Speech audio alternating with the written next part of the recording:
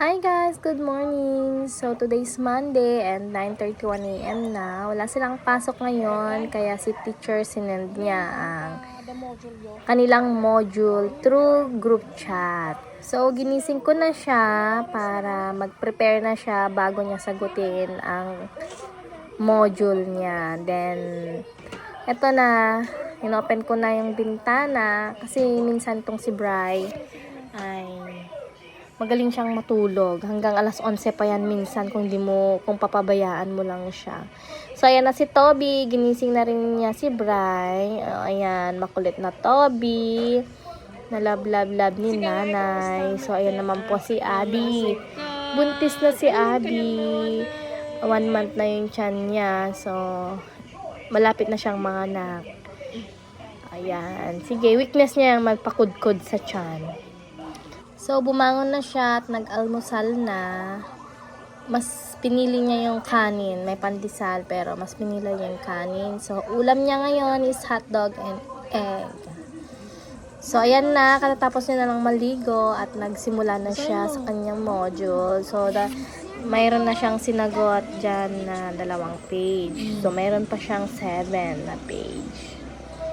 So, ayan. Sabi ko, basahin mo muna bago ka sumagot. Kung hindi mo basahin, hindi mo alam ang sagot. So, binigyan ko siya ng break. 1 hour break. Nag-tablet siya.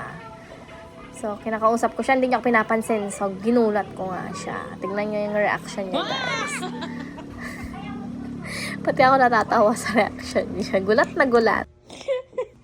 So, ayan na. 1:30 na, guys. At nagsimula ulit siya.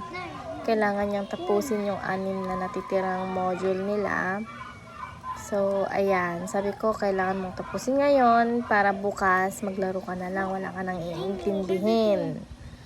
So, ginawa naman niya kahit nahihirapan na daw siya. Masakit na daw yung kamay niya. So, sabi ko, magtiyaga ka anak ko para bukas at next day is maglaro ka na lang ng maglaro. So, pinagbigyan naman niya ako. Tinapos niya kahit masakit na yung kamay niya. At sinabi ko pa sa kanya na kung matapos mo lahat ngayon, dadalhin kita kay Enzo. So, ayun nga, tuwang-tuwa, binilisan niya dyan.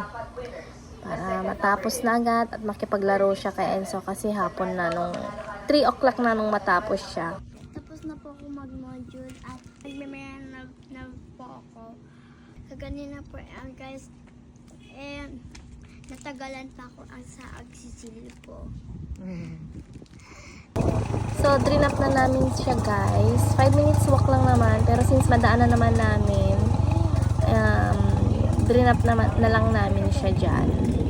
Then, balikan ko na lang pag-uwi din. So, habang bumababa siya, nandyan si Ate Melay, nag-iisang kapitbahay namin. Nag-say hi siya bago siya umakyat sa taas.